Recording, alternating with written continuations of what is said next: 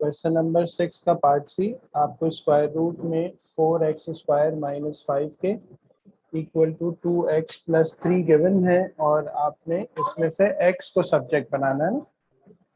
ठीक है, तो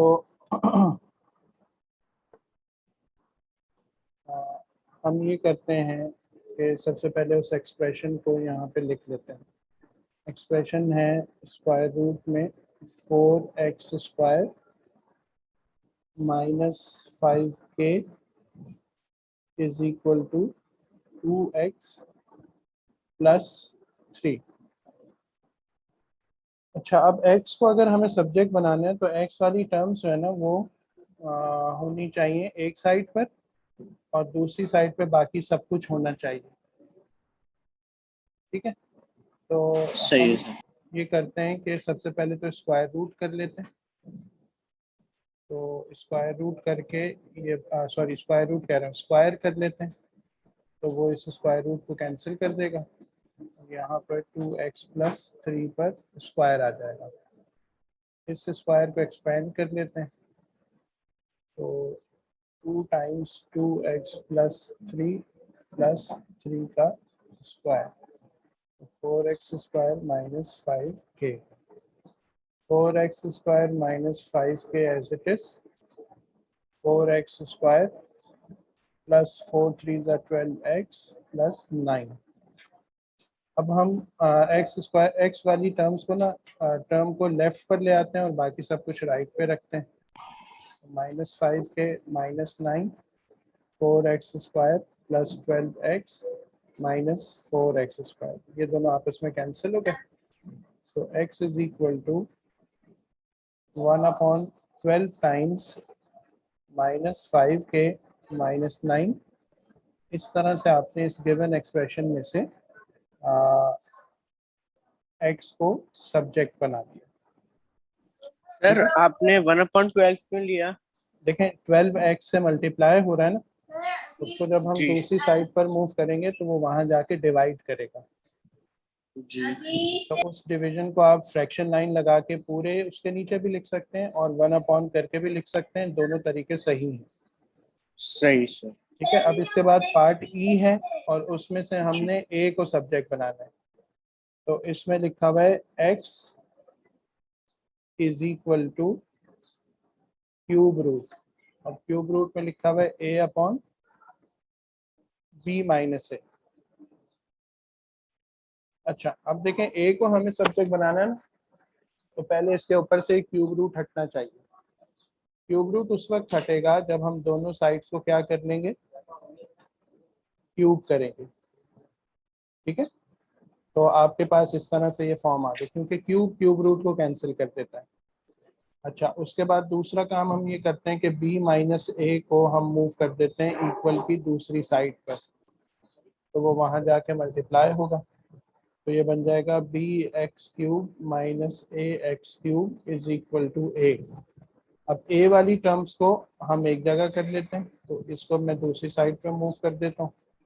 वहां से हम कॉमन निकाल लेते हैं a को, तो 1 प्लस x³, और 1 प्लस x³ को अब हम दूसरी साइड पे मूव करेंगे तो bx³ डिवाइडेड बाय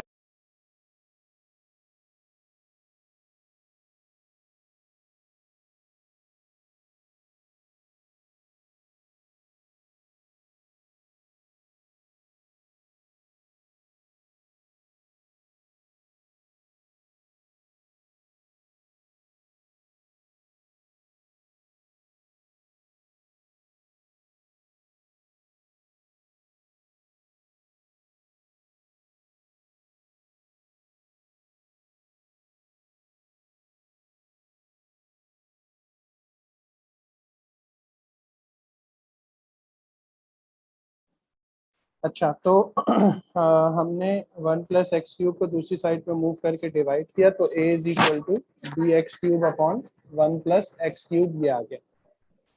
ठीक है, यहाँ तक क्लियर है? जी सर। अच्छा, अब इसके बाद आपने लिखा है क्वेश्चन नंबर 11।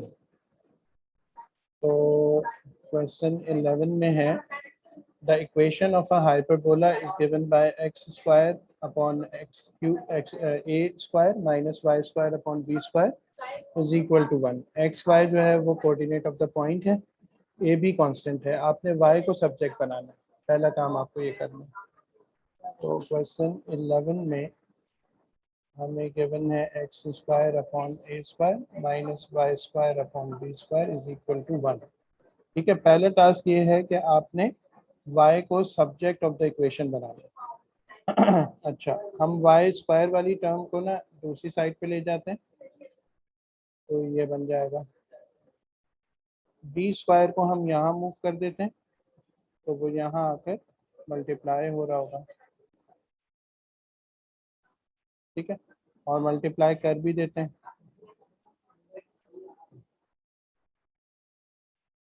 या खैर ना करें, एक ही बात है, तो मेरे ख्याल में ना करना बेहतर है। अच्छा, अब हम ये करते हैं कि दोनों साइड्स पे अप्लाई कर देते हैं स्क्वायर रूट को, तो y will be equal to plus minus b और within square root x square upon a square minus 1। ये हमने y को अपनी गिवन इक्वेशन का सब्जेक्ट बना दिया। इसके बाद गिवन है find the value of y when x is equal to -5 a3 and b2।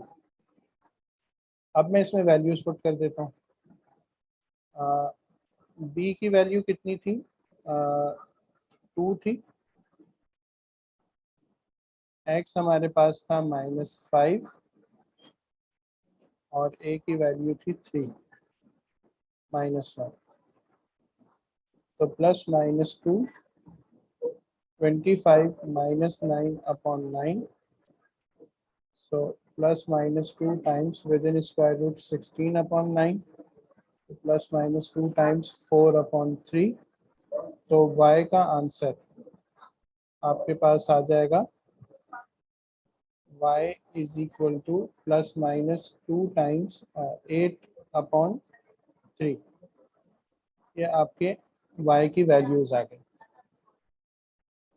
ठीक है, यहाँ तक क्लियर है? जी सर। अच्छा, इसके बाद question 13, write down the next two terms in the sequence, और सीक्वेंस है आपके पास 1/6, 5/12, फिर है 2/3 और उसके बाद है 11/12। ठीक है, और ये सीक्वेंस कंटिन्यू हो रही है, अगली दो टर्म्स हमें बतानी है।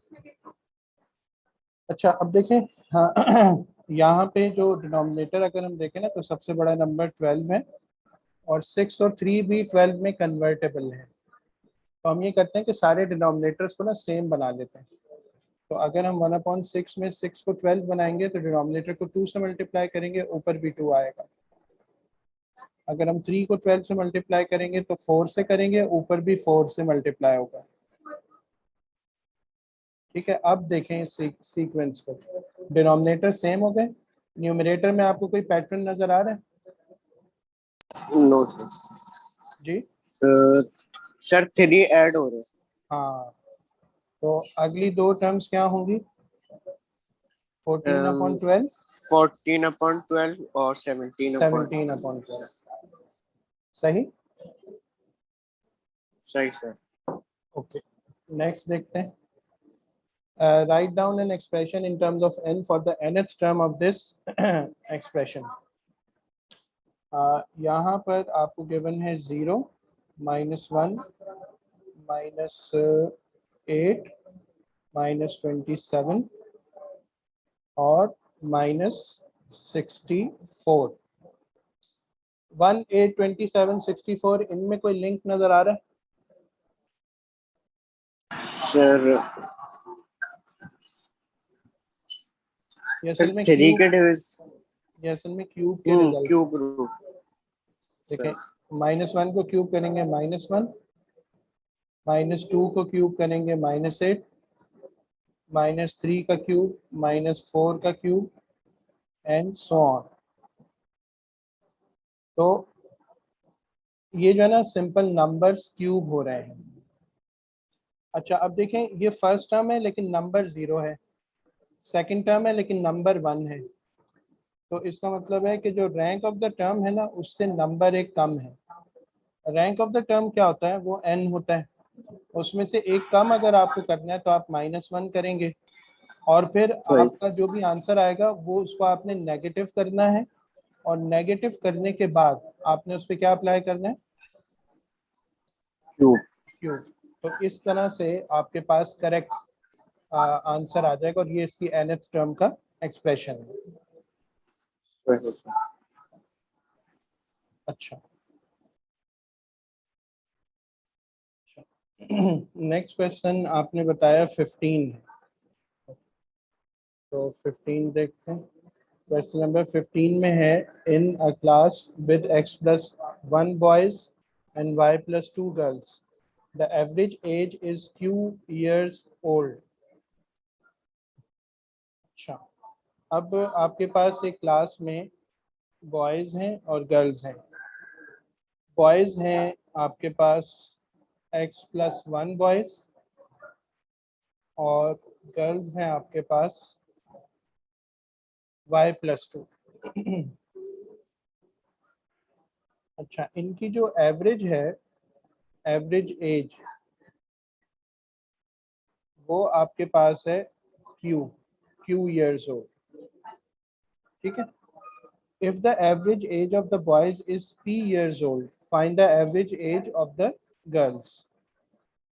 अच्छा, ये ओवरऑल एवरेज है। अब इन्होंने कहा है कि जो एवरेज एज ऑफ बॉयज है वो p है। अगर हम सिर्फ बॉयज के एज का एवरेज करें तो वो p आएगा। तो अब हमें ये बताना है कि सिर्फ अगर हम गर्ल्स की एज का एवरेज करें तो वो कितना आएगा। अच्छा देखें, सही। एवरेज जो होता है उसमें क्या किया जाता है, एवरेज सर का सबको कॉन्सेप्ट ऐड ये होता है। करके 2 से हाँ डिवाइड। बिल्कुल बिल्कुल। तो ऊपर आता है सम, सही है, या ऑल, यानी सबको ऐड कर दें, और फिर उसके बाद सही। आपको नंबर ऑफ डेटा आइटम से डिवाइड करना होता है। ठीक है। तो अगर मैं sum of ages of boys and girls निकालना चाहूँ तो मैं क्या करूँगा, मैं ये देखूंगा कि नंबर ऑफ बॉयज कितने हैं, और उसमें मैं नंबर ऑफ गर्ल्स को ऐड कर दूंगा, और इनको मल्टीप्लाई कर दूंगा इनका जो ओवरऑल एवरेज है यानी क्यू।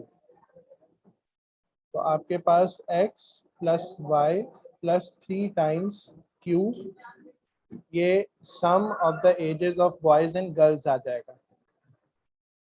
ठीक है। अच्छा, अब इसमें से सही है सर। इंडिविजुअली अगर हमें गर्ल्स की एवरेज निकालनी है, अच्छा बल्कि पहले हम ये वाला काम भी कर लेते हैं। हम ये कर लेते हैं कि हम इस पी वाली इंफॉर्मेशन को भी यूज़ करते हैं।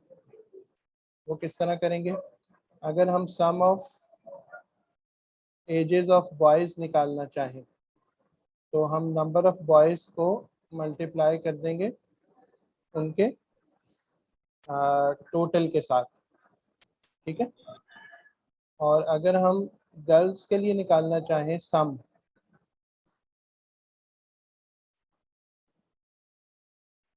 तो हम इनकी तादाद को, मिसाल के तौर पर इनका एवरेज हम ए सपोज कर लेते हैं, तो ए के साथ जो है ना हम इसको मल्टीप्लाई कर देंगे।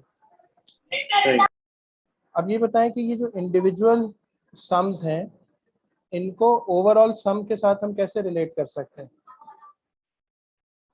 सर इक्वल टू लगा के। बिल्कुल। तो देखें, sum of ages of boys and girls यानी x+y+3 times q should be equal to sum of ages of boys, which is x+1 into p, plus sum of ages of girls, which is x+2 times a। और a क्या है, ये वो average है girls की as का जो हमने सपोज किया था। अब सिंपल हमें बस ये सही। करना है कि हमें इनको सिंप्लीफाई करना है इस तरह के हम a को सब्जेक्ट बना लें।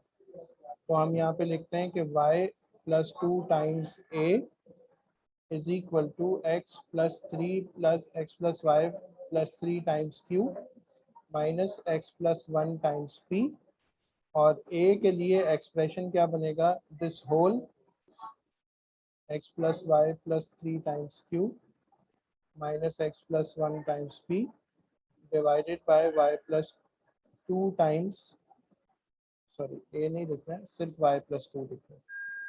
तो ये जो आपने a का एक्सप्रेशन निकाला है, ये average age of the girls हैं जो कि हमने एक्सप्रेस किया है इन terms of x, y and p।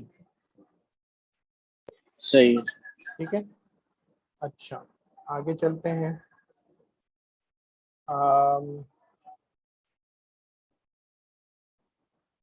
Question number 17। Ethan arranged small cubes of 1 centimeter to form cubes with side 2, 3, 4, etc. Ethan then painted the outer surface of each cube. He observed that for cubes with sides 2, there are 8 cubes with 3 faces. 8 cubes किस तरह होंगे, 1 2 3 4 5 6 faces painted, 1 2 3 4 5 6 है, सही है। There are 8 cubes with 3 faces painted. For cubes with side 3, there are 8 cubes with 3 faces painted, 12 cube 2 faces painted, 6 cube with only 1 face painted, and 1 cube not painted at all. ठीक है, अच्छा। He tabulated his findings as shown.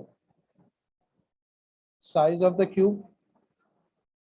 और फिर उसके बाद number of faces painted, 3 वाले कितने, 2 वाले कितने, 1 वाले कितने और 0 वाले कितने। ठीक हो गया।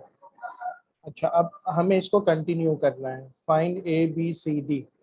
देखें, अगर उसने ये बनाया ना क्यूब 2 साइड से, और फिर उसने सिर्फ बाहर वालों को पेंट किया, तो आपके पास जो फेसेस पेंट हो रहे हैं तीनों साइड से, वो आपके पास कितने हैं,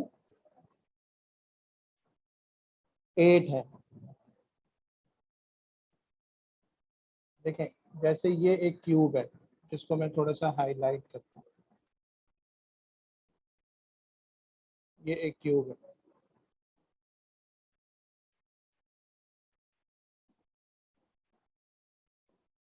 सही।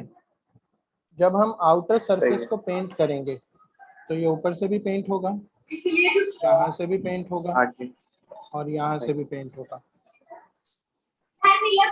बाकी इसकी जो तीन इसके अलावा फेसेस होंगे ना, वो पेंट नहीं हो सकेंगे। वो क्यों नहीं हो सकेंगे,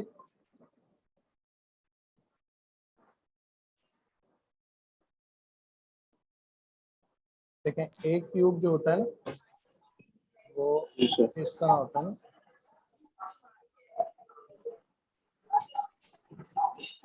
अब आपने एक क्यूब को ना इस बॉक्स में रख दिया, तो इसकी ये 3 सरफेसेस तो आउटर सरफेस हो जाएंगी, बाकी जो पीछे वाली 3 सरफेसेस है ना, वो दूसरे क्यूब्स के साथ कनेक्ट हो जाएंगी, नीचे से भी और साइडवेज से भी। सही। तो जब हम पेंट करने लगेंगे ना, तो उस क्यूब के वो वाले फेसेस पेंट नहीं हो सकेंगे। सही। सही।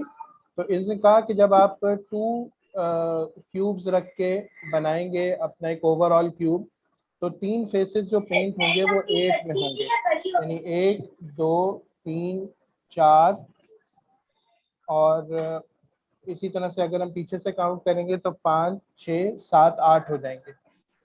तो ये 8 क्यूब्स होंगे जिनके 3 साइड्स पेंट हुए में होंगे, और इसी के अंदर सारे क्यूब्स कवर हो जाएंगे। बाकी ऐसा कोई क्यूब नहीं होगा जिसकी 2 फेसेस पेंटेड हो, या 1 हो, या कोई भी पेंट ना हो। अच्छा, जब हम 3 वाले पर आएंगे, तो देखें ये 3 फेसेस पेंट होंगे, इसके 3 फेसेस, एक नीचे वाला पेंट होगा, इसके 3 फेसेस होंगे, इसके 3 फेसेस होंगे, इसी तरह पीछे भी। तो 4 सामने हो गए और 4 पीछे हो गए, टोटल 8। सही। अच्छा अब जरा ये देखें इसके लिए क्या होगा, कितने फेस पेंट हो गए, 2 इसके कितने होंगे, 2 इसके भी 2 होंगे और इसके भी 2 होंगे। बल्कि मैं ऐसा सही। करता हूँ ना, इसको मैं डिफरेंट कलर से मार्क करता हूँ। ये जो डबल फेस पेंट होगा ना,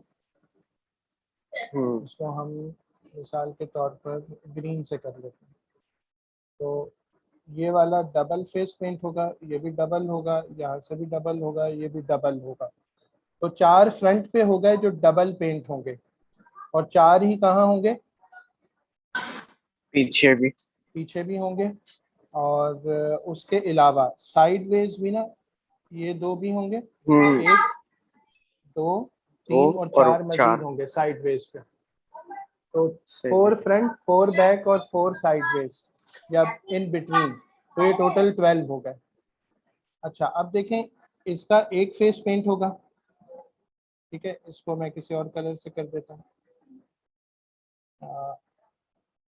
एक फेस पेंट हो गया, एक एक, तो ये आपको 3 नजर आ गए ना। एक डाउनवर्ड होगा 4, एक लेफ्टवर्ड होगा 5 और एक पीछे होगा 6।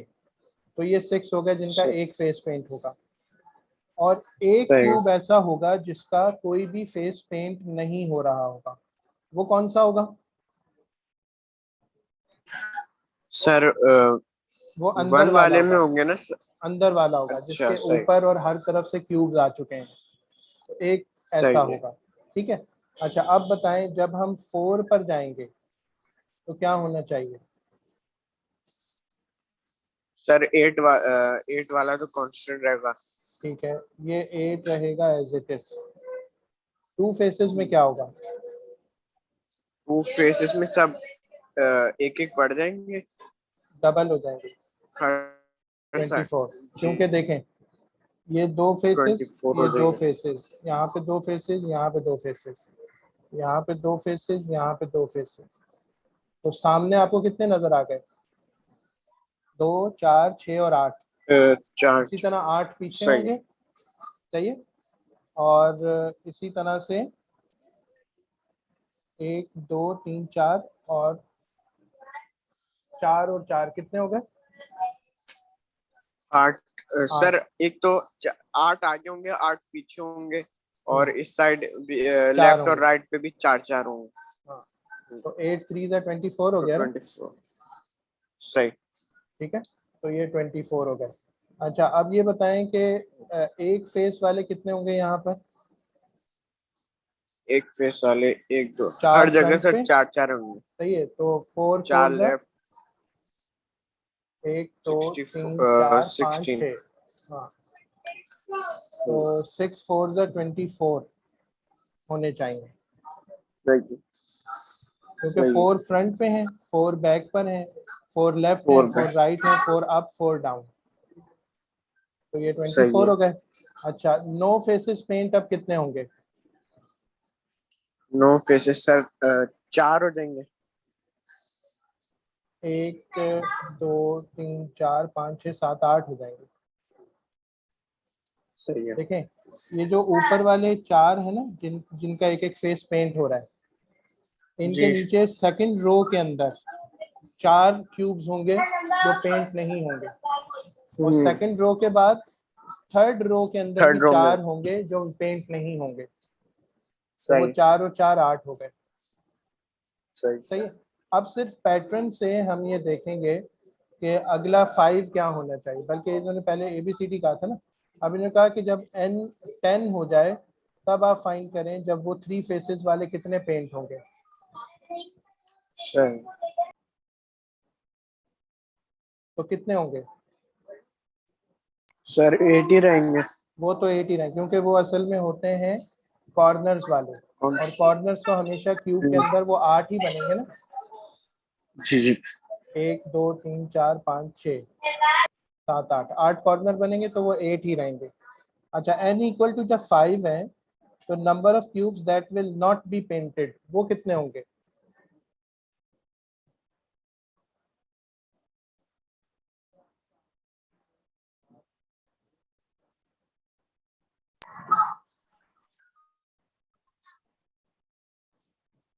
सर ये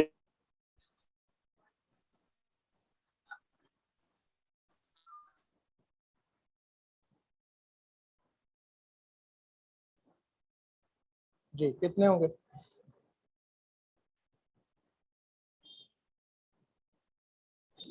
सर डबल हो जाएंगे मेरे ख्याल से। 9 3 3 3 9 और 9 3 जा 27 हो जाएंगे। 27। हाँ देखिए मैं आपको ना यहाँ पे एक क्यूब ऐड करके बताता हूँ। फर्ज करें सही। यहाँ पर हमने एक क्यूब ऐड कर दिया, तो आप देख लें ये 3 ऐसे हो जाएंगे जिनके ऊपर की तरफ जो 3 होंगे वो पेंट नहीं होंगे अंदर, सही है। और फिर मजीद एक पूरी लेयर होगी जो पेंट नहीं होगी और उसके ऊपर भी एक लेयर होगी, और हर लेयर के अंदर 9 क्यूब्स होंगे। सही। 9 3 जा 27 हो जाएगा। सही। सही। अब इसमें हो ये रहा है कि n में से ना हम 2 सब्ट्रैक्ट कर रहे हैं और फिर उसको क्यूब कर रहे हैं। जैसे n 2 था ना, तो n माइनस 2 का आंसर 0 आ गया, 0 का क्यूब 0 आ गया। n माइनस 2 3 माइनस 2 से 1 आ गया, 1 का क्यूब 1 आ गया। n माइनस 2 यहाँ भी हुआ, तो n 4 माइनस 2 2, 2 का क्यूब 8, 5 माइनस 2 3, 3 का क्यूब 27 एंड सो ऑन। ठीक है, तो यहाँ पे हम आंसर लिखेंगे 27। When a cube has सही है। size n centimeter, find in terms of n the number of cubes with 2 faces painted, 1 face painted, none of these painted। अच्छा अब देखें 2 में क्या पैटर्न चल रहा है। सर 12 प्लस हो रहे हैं, तो n प्लस 12 कैसे? नहीं 12 प्लस नहीं हो रहा। ये सर हम 4 से 24। 0।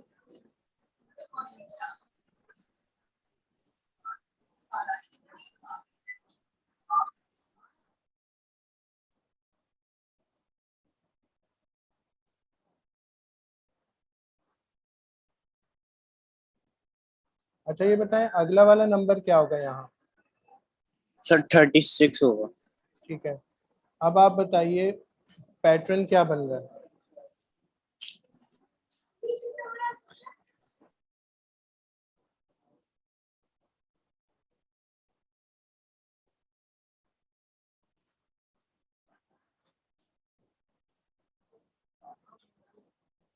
सर 11 प्लस हो रहा है। नहीं, ऊपर में तो 12 प्लस हुआ ना, 2 दफा 12 प्लस हुआ, फिर एक 11 हो गया। नहीं बल्कि हाँ 12 प्लस होता जा रहा है। हम्म। सही है, तो अब n से कैसे रिलेट करें?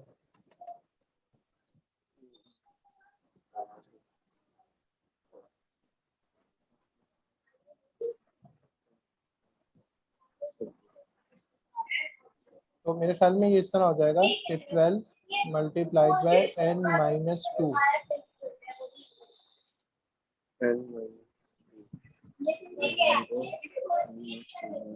सही है सर। सही है ना? अच्छा इससे अगले वाले में क्या हो रहा है? सर उसमें 1 में हम्म, 1 में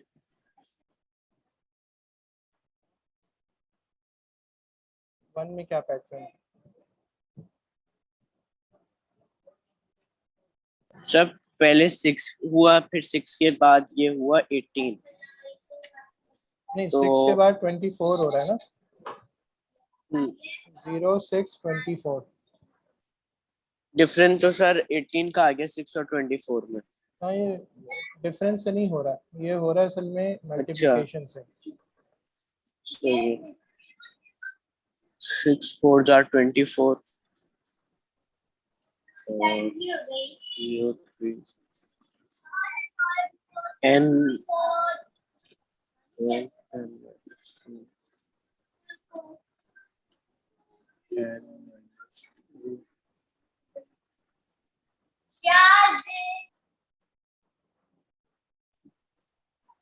n minus 2 minus 2 0 3 minus 2 1 6 ये असल में 6 के मल्टीपल चल रहे हैं ना, जी सर। तो अच्छा मुझे लग रहा है ये वाला जो हमने 24 लिखा है ना आंसर, ये सही नहीं है।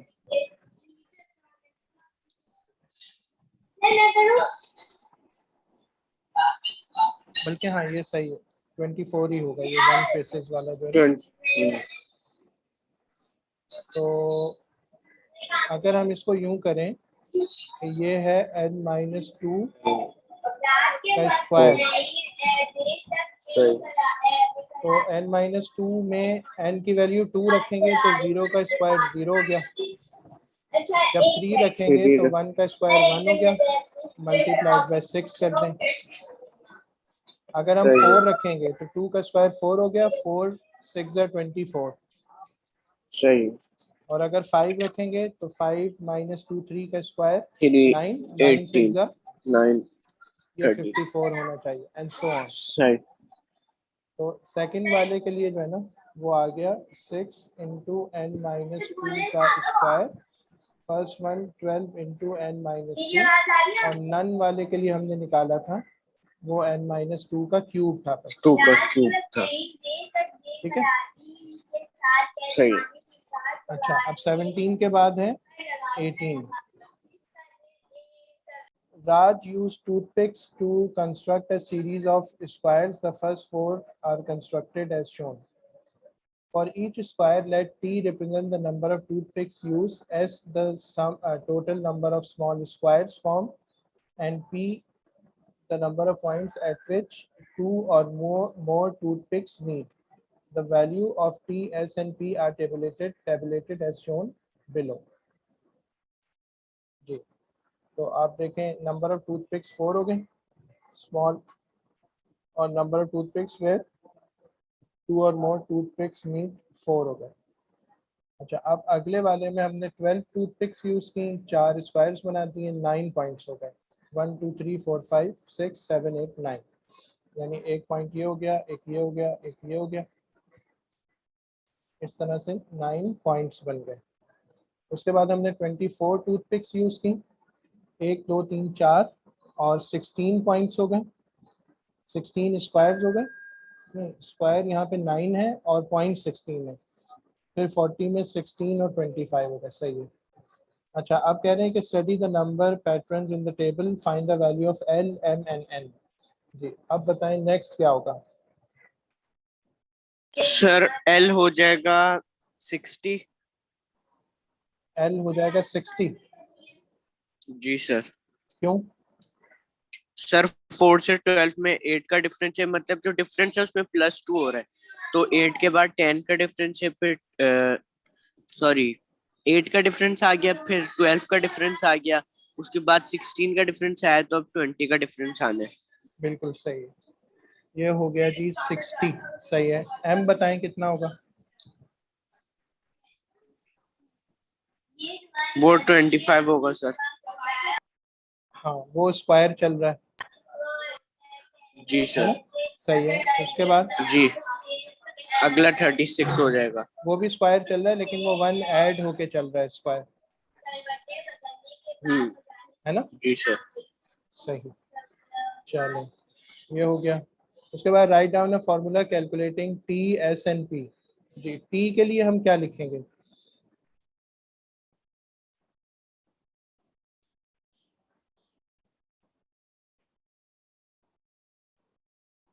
देखें सर इसमें एक चीज तो है ना कि 4 का मल्टीपल तो हो रहा है, फिर उसके बाद 4 2 हो गया था, 4 इंटू 2 फिर 4 इंटू 3 हुआ था, यहाँ 4 इंटू 4 ऐड हो गया था, और 4 इंटू 5 हमने ऐड किया प्रीवियस में। अच्छा, अब पहली टर्म 4 बन गई, तो इसको हम 4 इंटू 1 भी कह सकते हैं।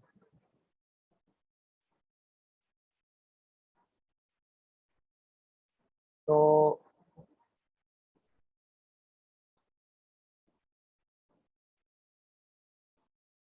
इसको कैसे कंस्ट्रक्ट किया जा सकता है?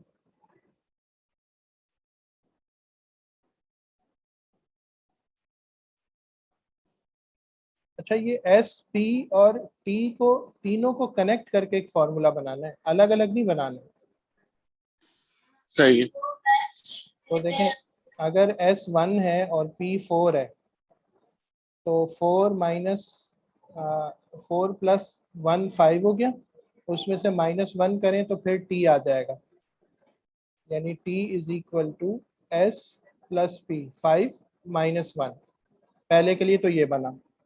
दूसरे के लिए देखें, 4 प्लस 9 13, अगेन उसमें से 1 माइनस कर दें तो टी बन जाएगा। 9 प्लस 16 12 25। तो ये फॉर्मूला जनरली है जो एस पी और टी को रिलेट कर रहा है। So t is equal to s सही है। plus p minus 1. So use your answer in second part. Find the value of p when t 364 and s 169. 364, 169 plus p minus 1. तो 168 हो गया, 168 को 364 में से सब्ट्रैक्ट कर देंगे तो आपके पास p का आंसर आ जाएगा। क्या आंसर आ रहा है? 264 और 64, 200 और 196 आ जाएगा। um, 196 आएगा। अच्छा, explain why the number 112 cannot appear in both S and P columns. 112 इन दोनों में क्यों नहीं अपीयर होगा?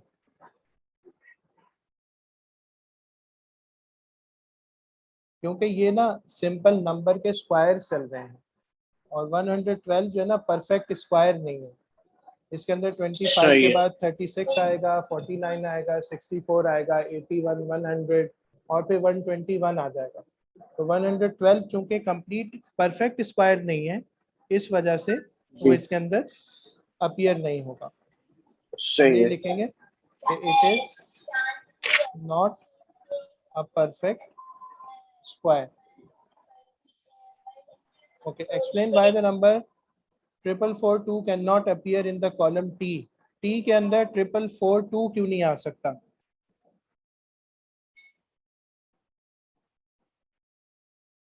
इसके लिए हम ये देखते हैं कि क्या ये 4 से डिवाइड हो सकता है। तो 1 1 1 और फिर जाहिर है ये डिवाइड नहीं हो सकता, तो 0.5। तो चूंकि ये 4 का मल्टीपल नहीं है, इसलिए ये इस कॉलम में अपीयर नहीं नहीं है। हो सकता। वो नंबर्स आएंगे जो किसका मल्टीपल होंगे? 4 का। 4 के मल्टीपल। ओके, नेक्स्ट क्या है? 19 का डी।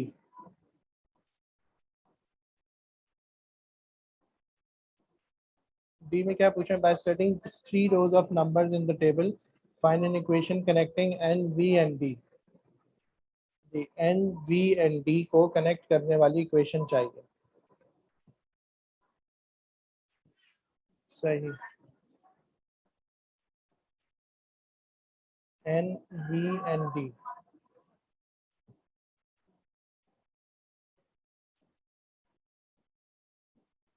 सही है। पार्ट 1 तो हो गया, इसमें आंसर है d equal to nv/2।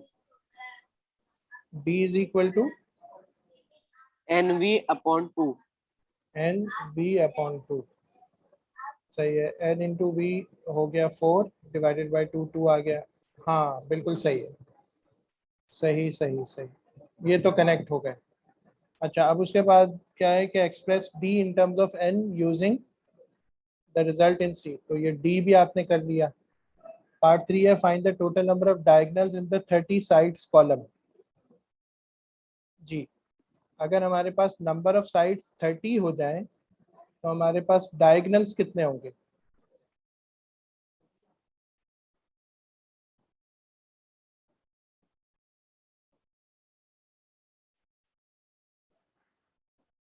Total number of diagonals ये हमें बताना है।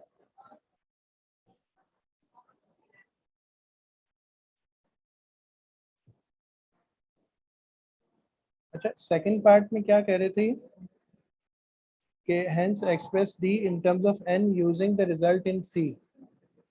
ये v का भी आपने कोई रिजल्ट बनाया हुआ इन टर्म्स ऑफ n? सर वो तो ये था पार्ट सी में n equal to v+3। v+3 ये था ना? तो v का जी मतलब हो सर। गया n-3। So d is equal to n जी टाइम्स n-3/2। ये आपके पार्ट 2 का आंसर है जिसमें d को ना n की फॉर्म में एक्सप्रेस किया है। और अब आप पार्ट 3 का आंसर भी ना सर, तो इसी आपने फॉर्मूले से निकाल सकते हैं। खाली है n माइनस। जी सही है। मैं कह रहा हूँ सर, आपने ऊपर बाहर n क्यों लिया, सिर्फ n-3/2 क्यों नहीं लिया? दोबारा पूछें, क्या पूछें? मैं कह रहा हूँ सर, आपने जो d का ऊपर फॉर्मूला लिखा है उसमें लिखा है n-3, तो आपने बाहर n क्यों लिया? देखिए ना, ये वाला n तो अपनी जगह पर है ना, इस v की जगह मैंने अच्छा अच्छा n-3 अच्छा। लिखा है, बाकी फॉर्मूला वही है। सही है सही है सही। तो 15 इंटू सही। 27 का जो आंसर होगा वो टोटल नंबर ऑफ डायगोनल्स होंगे 270, 370 और 35, 405 होगा मेरे ख्याल में। सही। तो इस तरह ये वाला क्वेश्चन हो सही जाएगा। है। अच्छा, लास्ट जी सर, क्वेश्चन नंबर 405। 20 करना है ना हमने? जी sir. Okay, the first 5 terms of the sequence ये हैं, state the value of p। देखें 1024 512 256, इस पैटर्न से ही ना एक बात समझ में आ रही है। ये है असल में 2 की पावर 10, 2 की पावर 9 और जी 2 की सर। पावर, और आप कंप्यूटर पढ़ते हैं टू आपको की ये बात पावर। याद होगी। जी। ठीक जी है, सर। अब नेक्स्ट क्या आना चाहिए? सर 256 से बाद आएगा 128 2 पावर 7। हाँ, 128 2 पावर 7, यही p की वैल्यू होगी। और उससे नीचे 64 2 की पावर 6। तो 2 की एक एक पावर डिक्रीज होके ना सीक्वेंस आगे चल रही है। Find in terms of n a formula for the nth term of the sequence. जी, nth term of the sequence क्या बनेगी? सर मैंने लिखे 2 power 11 - n। 2 power 11 minus n। 11 क्यों? जी सर। सर क्योंकि उसमें से हम n माइनस करेंगे तो फिर मतलब हम जब फर्स्ट लेंगे तो 2 की पावर 10 हो जाएगी ना, क्योंकि हाँ, इसमें तो हम नीचे आ रहे हैं। सही सही वन। सही। और 1 बाय 1 वो उसी तरह डिक्रीज होती जाएगी, बिल्कुल सही है। nth टर्म हो जाएगी 2 raised to 11 माइनस n, ताकि पहली 10 आ जाए और फिर 2 पुट करें तो 9 आ जाए एंड सो ऑन। अच्छा, उसके बाद है given that the kth term of the sequence is 1/4, find the value of k।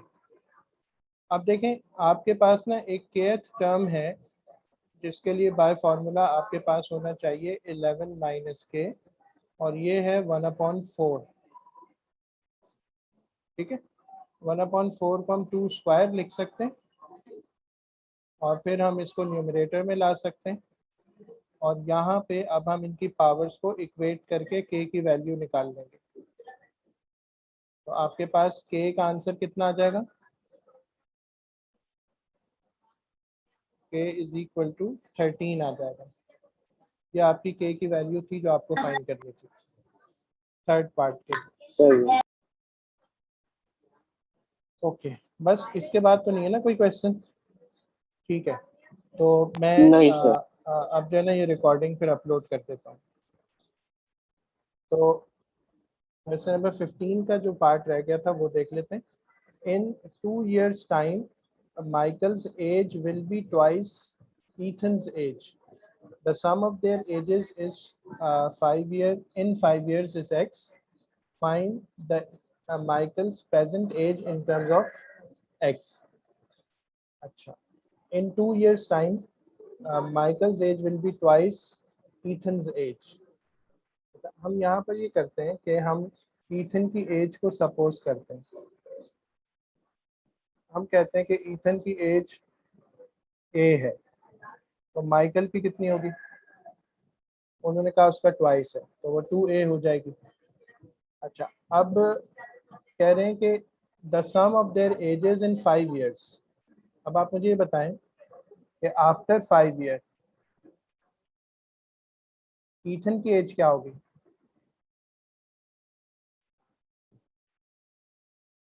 a+5. और उस वक्त माइकल की एज कितनी होगी? 2a+5. ठीक है, तो 5 years टाइम में क्या होगा कि उनकी एजेस का जो सम होगा x हो जाएगा. तो 5 साल के बाद अगर हम इनकी एजेस को ऐड करेंगे तो इनकी एजेस का सम x हो जाएगा. अब हमें करना क्या है? Find Michael's present age in terms of x. Michael की प्रेजेंट एज को हमने 2a लिया हुआ है, तो हम लिखेंगे यहाँ पर 3a plus 10 is equal to x and a will be equal to x minus 10 upon 3. तो माइकल की जो प्रेजेंट एज है वो 2 times x minus 10 upon 3 हो जाएगी. ये आपका आंसर है. सही है सर. सही.